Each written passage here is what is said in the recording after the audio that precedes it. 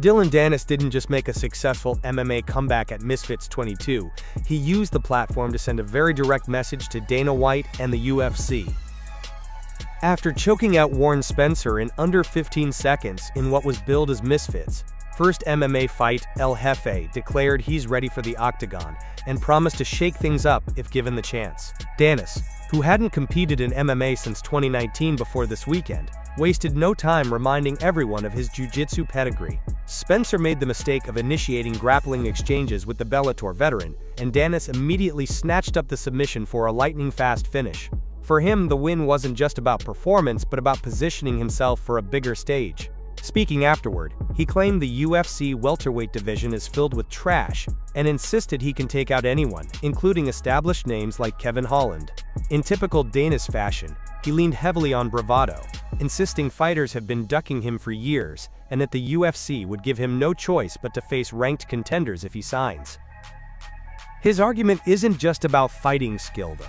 Danis positioned himself as the answer to what he perceives as a lack of star power in the UFC, pointing to his ability to generate buzz and controversy. He referenced his promotional pull, a factor evident in his chaotic boxing match with Logan Paul in 2023, as proof that he can bring entertainment value and fan interest that, in his view, the sport is currently missing.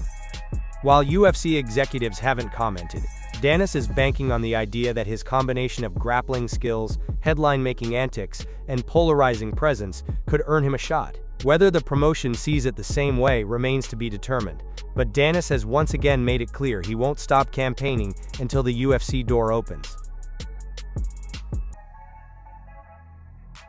Luke Rockhold's return to the spotlight ended in brutal fashion, but the former UFC champion made sure to leave the drama in the ring. Headlining Misfits Boxing 22 in Manchester against Darren Till, Rockhold was dropped several times before a massive left hand from Till ended the fight in round 3.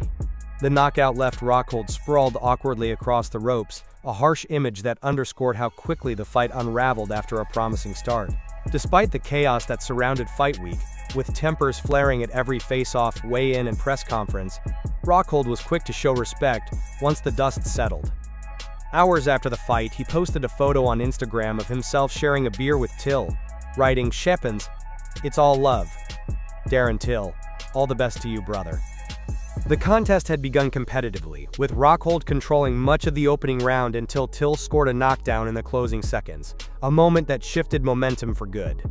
By round 2, Till's pressure and timing began to overwhelm Rockhold, and in round 3 he closed the show with a crushing left hand that sealed his 3rd consecutive win in the Misfits boxing ring.